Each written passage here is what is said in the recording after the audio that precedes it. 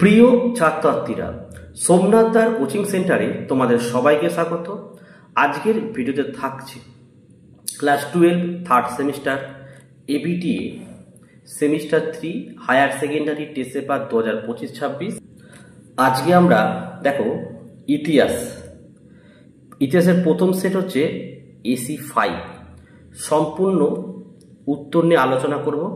এর আগে আমি তোমাদের বাংলার প্রথম সেট, পলিটিক্যাল সায়েন্সের প্রথম সেট এবং জিওগ্রাফির প্রথম সেটের ভিডিও অলরেডি আপলোড করে দিয়েছি।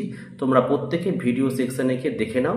তো চলো আমরা শুরু করি হিস্ট্রির প্রথম পেজ এসি 5। চলো 1 নম্বরের প্রশ্ন দেখে নাও। ভারতে আসা বিদেশি পর্যটক যে ভাষা সম্পর্কে সচেতন ছিলেন না সেই ভাষাটি হলো অপশান বি, সংস্কৃত ভাষা হবে এটা। 2 দেখো, পর্যটক ইবন বতুতা বিদেশ ভ্রমণের পর তার ভ্রমণ অভিজ্ঞতা লিপিবদ্ধ করেছেন। উত্তর হচ্ছে অপশান এ লিখবে কিতাব উল রিহালা গ্রন্থে। 3 প্রশ্ন দেখো, আগ্রার একটি বিখ্যাত সমাধিসৌধ হলো অপশান এ লিখবে আকবরের সমাধি। 4 কাশ্মীরের হিন্দুদের ওপর থেকে জিজিয়া কর রদ করেন অপশান এ হবে এটা সুলতান জৈনুল আবেদিন। 5 প্রশ্ন, ভক্তিবাদী আন্দোলনের উৎস কেন্দ্র ছিল অপশান এ লিখবে দেখো আলবার। 6 দেখো, পরম ভাগবত উপাধি গ্রহণ করেছিলেন গুপ্ত সম্রাট। উত্তর হচ্ছে অপশান এ সমুদ্রগুপ্ত এটা। 7 শিখ ধর্মগুরু নানকের উপদেশগুলি লিপিবদ্ধ আছে অপশান এ আদি গ্রন্থে। 8 ভারতে চিশতি সম্প্রদায়ের প্রতিষ্ঠাতা ছিলেন অপশান এ লিখবে খাজা মঈনুদ্দিন চিশতি। 9 বিজয়নগর সাম্রাজ্যের প্রথম প্রতিষ্ঠাতা রাজবংশ হল অপশান এ সঙ্গম বংশ। 10 প্রশ্ন, বিজয়নগর সাম্রাজ্য গৌরবের শীর্ষে আরোহণ করেছিলেন যে শাসকের রাজত্বকালে?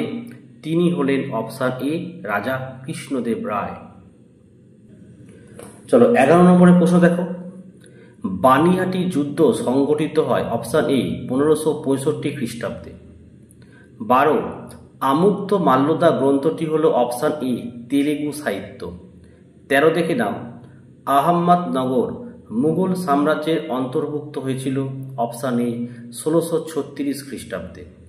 14 ঔপনিবেশিক আধিপত্য প্রতিষ্ঠার প্রাথমিক উৎস হল অপশান এ ভৌগোলিক আবিষ্কার। 15 গোলমরিচকে ব্ল্যাক গোল্ড বলতো অপশান এ পর্তুগিজরা বলতো। 16 ইংল্যান্ডে ব্রিটিশ ইস্ট ইন্ডিয়া কোম্পানি গড়ে ওঠে অপশান এ 1600 খ্রিস্টাব্দে। 17 সর্বপ্রথম নতুন বিশ্ব কথাটি ব্যবহার করেন অপশান এ আমেরিকো ভেসপুচি। 18 ভারতে ব্রিটিশ ইস্ট ইন্ডিয়া কোম্পানির বাণিজ্যিক সনদ নবীকরণ হতো অপশান এ 20 বছর অন্তর।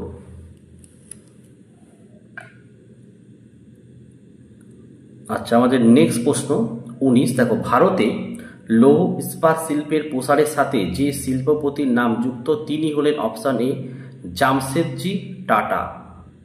20 1822 খ্রিস্টাব্দে ব্রিটিশ শাসক হোল্ট ম্যাকেঞ্জির প্রতিবেদনের ওপর ভিত্তি করে যে আইনের মাধ্যমে মহলওয়ারি বন্দোবস্ত প্রবর্তিত হয় সেই আইনটির নাম হলো অপশান এ সপ্তম রেগুলেশন আইন।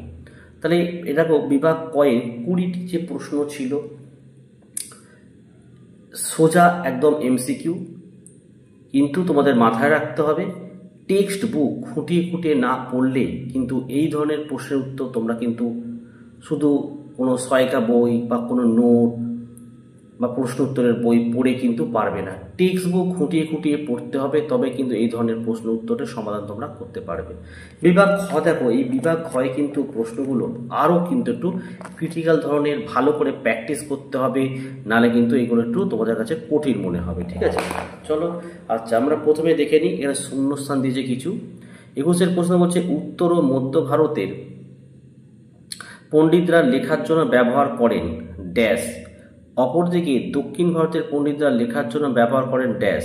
প্রথমেরটা হবে গাছের ছাল আর সেকেন্ডেরটা হচ্ছে তাল পাতা।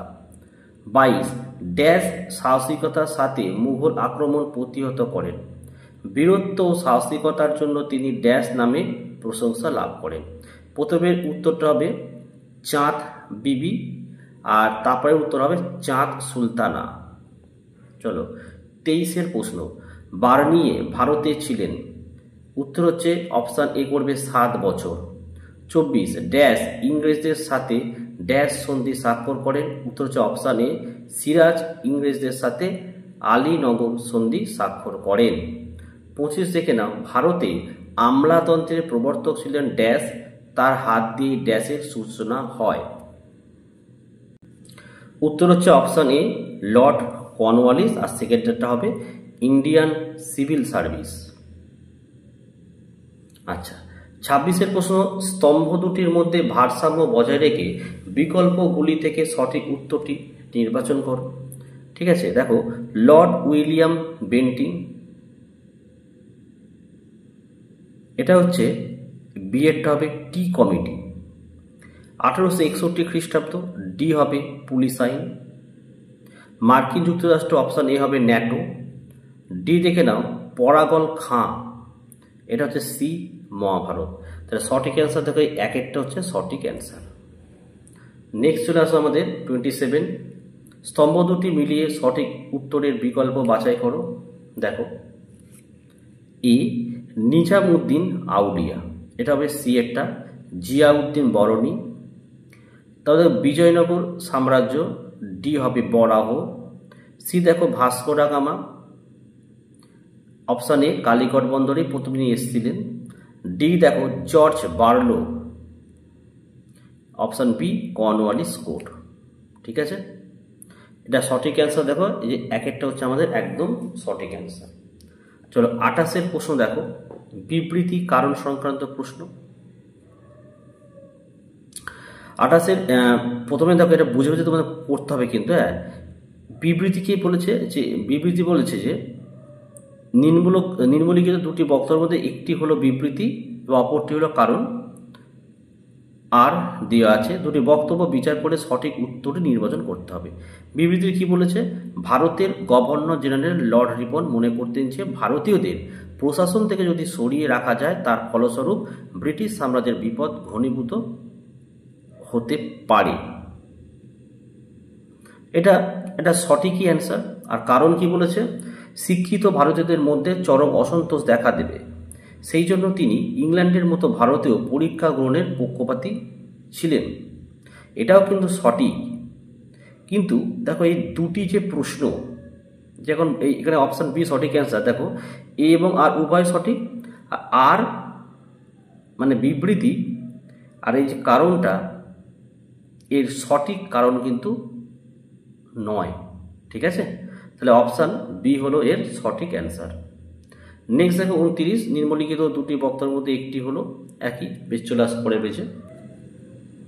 দেখো এ দিয়ে বলেছে 1909 খ্রিস্টাব্দে সংস্কারমূলক আইনটি মল্ডেমিন্টো সংস্কার আইন নামে পরিচিত। এটা কিন্তু ঠিকই আছে অ্যান্সারটা, ঠিকই বলেছে।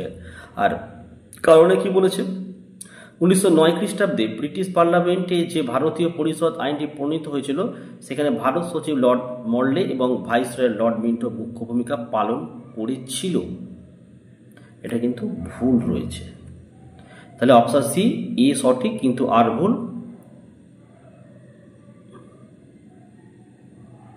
এ ভুল কিন্তু আর সঠিক। তাহলে এখানে অপশন সি, ঠিক আছে, ডি নয় কিন্তু এটা।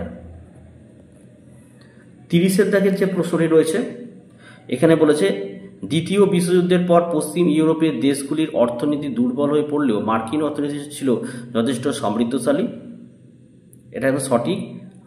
আর দেখো মার্কিন যুক্তরাষ্ট্র আর্থিক সহযোগিতার মাধ্যমে নতুন ধরনের উপনিবেশবাদ শুরু করে এবং ওই সাহায্যপ্রাপ্ত রাষ্ট্রগুলিকে অনুগত রাষ্ট্রে পরিণত করে। এটাও কিন্তু সঠিক। অপশান এ করবে রাইট অ্যান্সার, যে এ এবং আর উভয় সঠিক, আর হলো এর সঠিক কারণ। চলো 31-এর প্রশ্ন দেখে নাও। আচ্ছা, এবারে আমরা 31 নম্বরের প্রশ্ন দেখবো। দেখো তোমরা শুধু উত্তর কিন্তু দাগ মারলে হবে না, আমি এই প্রশ্নগুলো অবশ্যই আমাদের বুঝে নিতে হবে। দেখো বলছে নিচের চার্ট দেখে ও উপলব্ধি করে বিকল্পগুলি থেকে সঠিক উত্তরটি নির্বাচন করো। ঠিক আছে, অর্থাৎ দেখো এখানে বিজয়নগর সাম্রাজ্যের শাসন কাঠামো দিয়েছে, বিজয়নগর সাম্রাজ্যের শাসন কাঠামো দিয়েছে, চারটেই শাসন কাঠামো, কিন্তু এখানে 1 2 3 তিনটে করে কিন্তু স্তর রয়েছে। তাহলে এর মধ্যে সঠিক অ্যান্সার অপশান এ। এবং অপশান এটা কেন সঠিক অ্যান্সার হলো সেটা তোমাদেরকে বলি, ব্যাপারটা বুঝে নাও। দেখো, বিজয়নগর সাম্রাজ্যের প্রশাসনিক কাঠামো কিন্তু 3টি স্তরে বিভক্ত ছিল। দেখেছো, প্রত্যেকটাতে কিন্তু 3টি করে রয়েছে, কিন্তু 3টি স্তরে বিভক্ত ছিল। 1 নম্বর হচ্ছে মণ্ডলম, সবচেয়ে বড় প্রশাসনিক বিভাগ, এটি ছিল একটি প্রদেশের মতো, তাই এটা 1 নম্বরে ঠিকই আছে। তারপর দেখো নাড়ু হচ্ছে মণ্ডলমের অধীনস্থ অঞ্চল, এই মণ্ডলমের অধীনস্থ হচ্ছে এই নাড়ু, অনেকটা আমাদের জেলার মতো, তাই এটা 2 ঠিকই আছে। আর 3 নম্বর দেখো স্থলটা কি, নাড়ুর অধীনে ছোট এলাকা বা গ্রাম, সেটা হচ্ছে স্থল বলা হয়। ঠিক আছে, এবং আশা করি তোমরা ব্যাপারটা বুঝতে পেরেছো। তো এইভাবে তোমাদেরকে একটু বুঝে বুঝে কিন্তু উত্তরগুলোকে সলভ করতে হবে, তাহলে পরীক্ষায় তোমরা কিন্তু উত্তরটা বুঝে বুঝে ঠিকঠাক করতে পারবে, তো দাগ মারলে কিন্তু হবে না। দেখো 32-এর প্রশ্নটা আমি এইভাবে তোমাদেরকে বুঝিয়ে দেবো। দেখো, নিচের চার্ট দেখে ও উপলব্ধি করে বর্ণিত বিকল্পগুলি থেকে সঠিক উত্তর নির্বাচন করো। তো দেখো এখানে অলবিরুনির জ্ঞাত ভাষা সমূহ দিয়ে দেখো দেওয়া হয়েছে অনেকগুলো, 4টে অপশান, এর মধ্যে সঠিক অ্যান্সার কিন্তু এটা অপশান বি হবে। ডি করেছে, বি করবে, বি হবে। কেন বি হবে ভালো করে বুঝে নাও। দেখো এখানে আরবি ভাষা কি, অর্থাৎ আল-বিরুনি মানে ছিলেন একজন মুসলিম পণ্ডিত, তো জানো এটা, যিনি বহু ভাষায় কিন্তু পারদর্শী ছিলেন এবং ভারতের এসে তিনি ভারতের সংস্কৃতি ও ধর্ম নিয়ে বিখ্যাত বই লিখেছিলেন। ঠিক আছে, তো তিনি যেসব ভাষায় জ্ঞান রাখতেন তার মধ্যে আরবি হচ্ছে প্রধান, কারণ তার গ্রন্থগুলির প্রধান ভাষায় কিন্তু আরবি, তাই এটা 1 নম্বরই আসে হবে, তাই না। আর গ্রিকটা কেন 2 নম্বরে হচ্ছে বুঝে নাও। দেখো, বিজ্ঞানের যে বই ও দার্শনিক চিন্তাধারার কারণেই গ্রিক ভাষা তিনি কিন্তু জানতেন, তিনি গ্রিকও জানতেন। আর এই হিব্রুটা 3-এ এসে কারণ যে ধর্মীয় পাঠ ও ইহুদি চিন্তাধারা জানার জন্য কিন্তু তিনি হিব্রু ভাষা তিনি শিখেছিলেন। তো আশা করি তোমরা বুঝতে পেরেছো কেন এই বি এর অপশান আছে আরবি, গ্রিক আর হিব্রুটা হলো। ঠিক আছে, নেক্সট দেখো 33-এর প্রশ্ন, নিচের বাক্যগুলিকে ধারাবাহিক সময় অনুসারে সাজাও। দেখো ভিডিওগুলো বড় হচ্ছে কারণ এইগুলো তোমাদের বোঝাচ্ছি বলে, যদি তোমরা সাপোর্ট করো, কমেন্ট করো, তাহলে প্রত্যেকটা ভিডিও আমি এইভাবে কিন্তু বুঝিয়ে দেবো। তো এখানে 33-এটা দেখো, এখানে নিচের বাক্যগুলিকে ধারাবাহিক সময় অনুসারে সাজাতে হবে। যেমন এখানে আল-বিরুনির ভারতে আগমন 1 2 3 4টে প্রশ্ন দিয়েছে, দিয়ে এখানে 1 2 3 4 করে কোনটা হবে আমাদেরকে সাজাতে হবে। সঠিক অ্যান্সার অপশান এই হবে, 1 2 3 4 এবং সাজানোই আছে। কিন্তু কেন একটু বলে রাখি, দেখো আল-বিরুনির ভারতে আগমন, এবং মাথায় রাখতে হবে আল-বিরুনি কিন্তু ভারতে আসেন 1717 খ্রিস্টাব্দে, মোহাম্মদ গজনির সঙ্গে কিন্তু ভারতে আসেন 1717। তারপর দেখো মার্কো পোলো এসেছিল 1271-এ এসেছিল এবং 1295 খ্রিস্টাব্দ অবধি তিনি ভ্রমণ করেছে। তাহলে 1017, তারপরে 1271। তারপরে দেখো পণ্ডিত ইবন বতুতা, ইনি এসেছিল 14 শতকে, অর্থাৎ 1333 খ্রিস্টাব্দে ভারতে আসেন। ব্যাপারটা বুঝতে পারছো কি বললাম, একটু লিখে নেবে তোমরা এইগুলো। আর বার্নিয়ে ইনি এসেছিল 17 শতকে, অর্থাৎ 1656-তে। তাহলে পরপর এখানে সাজানোই রয়েছে। তাহলে তোমাদের কতটা খুঁটিয়ে খুঁটিয়ে পড়লে কিন্তু এই ধরনের প্রশ্ন উত্তর দিতে পারবে। তাহলে অপশান এ ঠিকই রয়েছে। 34-এর যে প্রশ্নটি রয়েছে একটু বুঝে নাও তোমরা। দেখো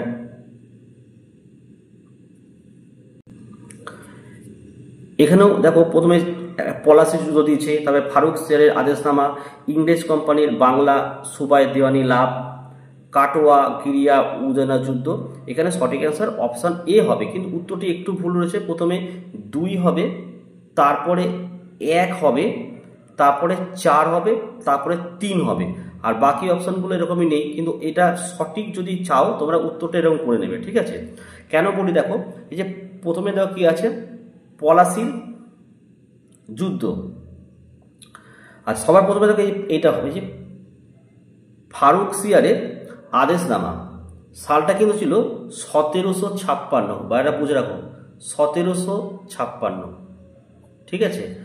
তারপরে এক হচ্ছে দেখো পলাশির যুদ্ধ, এটা হয়েছিল কবে? 1757। আচ্ছা, তারপর আমি বললাম যে চারেরটা হবে তোমার 3 নম্বরে। কেন হবে 3? দেখো, কাটোয়া, গিরিয়া এবং উদয়নরার যে যুদ্ধ, ঠিক আছে, এইগুলো হয়েছিল কবে? যে এর মধ্যে দেখো গিরিয়ার যে যুদ্ধ, এটা 1740 খ্রিস্টাব্দে কিন্তু হয়েছিল। তাহলে 1740-এ। আর এখানে আমি লিখলাম দেখো দিওয়ানি লাভ হয়েছিল 1765। ও তাহলে তোমরা একটুকুনি ব্যাপারটা বুঝে নাও। তাহলে এই চারেরটাই কিন্তু একে আসা কথা। দেখো, কাটোয়া, গিরিয়া এবং উদয়নরা যুদ্ধ 1740-এ হয়েছিল। তারপরে 1756-তে হয়েছিল ফারুক সিয়ারের আদেশনামা। তারপরে 1757 পলাশির যুদ্ধ, 1765-তে তোমার হচ্ছে 3-এরটা, তাই তো? তাহলে তোমরা বুঝতে পারছো যে এটা কোথায় মিস্টেক রয়েছে, তাই না? প্রথমে তাহলে 4-এরটা এখানে 1 হওয়া উচিত ছিল, তারপরে 2, তারপরে 1, তারপরে 3। আমি কেন হবে তোমাদেরকে দেখিয়ে দিলাম। আচ্ছা, 35-এর যে প্রশ্নটি রয়েছে দেখো, শিল্প বিপ্লবের ফলে ইউরোপের দেশগুলোতে প্রচুর পণ্যদ্রব্য উৎপাদিত হয় যা উদ্বৃত্ত পুঁজি গড়ে তোলে। এটা সত্য আছে। এটা দেখো, উদ্বৃত্ত পুঁজি বিনিয়োগের মাধ্যমে মালিক শ্রেণী মুনাফার পাহাড় তৈরি করে, এটিও কিন্তু সত্য। অপশান সি সঠিক অ্যান্সার। 36 থেকে নাও। দুর্ভাগ্য বলতে সাধারণত যে দেশগুলিকে বোঝায় সেগুলি হলো, এখানে আমি উত্তরটা বললাম অপশান এটা এ করবে। হ্যাঁ, 2, 3 আর 4 সত্য এবং 2 আর 1 মিথ্যা হবে। আচ্ছা, তারপর চলে কেস স্টাডি ভিত্তিক প্রশ্ন, ভালো করে এটা রিডিং পড়বে, মানে তোমার যেটা সিন বলতে আনসিন বলতে পারো, একদম এখানে এটুকু পড়ছো তোমরা। এবং এখানে দেখো প্রশ্ন দেওয়া হয়েছে, উত্তর ওখানে তোমরা পেয়ে যাবে। যেমন এখানে দেখো বলেছে 1990 খ্রিস্টাব্দে পূর্ব আফ্রিকায় কাদের আধিপত্য দেখা গিয়েছিল? সি লিখবে ইউরোপের। 38 দেখো 1910 খ্রিস্টাব্দে দক্ষিণ আফ্রিকা স্বাধীনতা পেলেও প্রকৃত স্বাধীনতা পায়নি, সেখানকার কি? অপশন বি হবে কালো বর্ণের মানুষেরা। 39 দেখো দক্ষিণ আফ্রিকায় বর্ণ বৈষম্যদের বিরুদ্ধে যে রাজনৈতিক দল আন্দোলনের নেতৃত্ব দিয়েছিলেন সেই দলের নাম কি? Option A African national Congress. 40 হচ্ছে দক্ষিণ আফ্রিকান প্রথম কৃষ্ণাঙ্গ রাষ্ট্রপতি হিসাবে কে নির্বাচিত হয়েছিলেন? অপশন এ হবে নেলসন ম্যান্ডেলা। তো দেখো, এই হলো তোমাদের ইতিহাসের সম্পূর্ণ সমাধান। তোমাদের প্রত্যেকটা অ্যান্সার কিন্তু আমি বুঝিয়ে দিয়েছি, ভিডিও বড়ই হয়েছে। যদি কোনো উত্তর মনে থাকে, মনে হয় যেটা মিস্টেক, অবশ্যই কমেন্ট করে জানাবে, ঠিক আছে? আমি আরও একবার চেক করে নেবো, করে পিন কমেন্ট করে আমি ঠিকঠাক করে দেবো। আশা করি ভুল হওয়ার সম্ভাবনা নেই, ঠিক আছে? যাও, ভিডিও ভালো লাগলে একটি লাইক করো এবং চ্যানেলে নতুন হলে চ্যানেলটিকে সাবস্ক্রাইব করো, পাশে থাকা বেল আইকন প্রেস করে অল নোটিফিকেশনটাকে অন করো, যাতে আমি যখনই কোনো ভিডিও আপলোড করবো সবার প্রথম যেন তোমাদের কাছে পৌঁছে যেত। আজকের ভিডিও এখানে শেষ করলাম। তোমরা প্রত্যেকে ভালো থেকো এবং সুস্থ থেকো।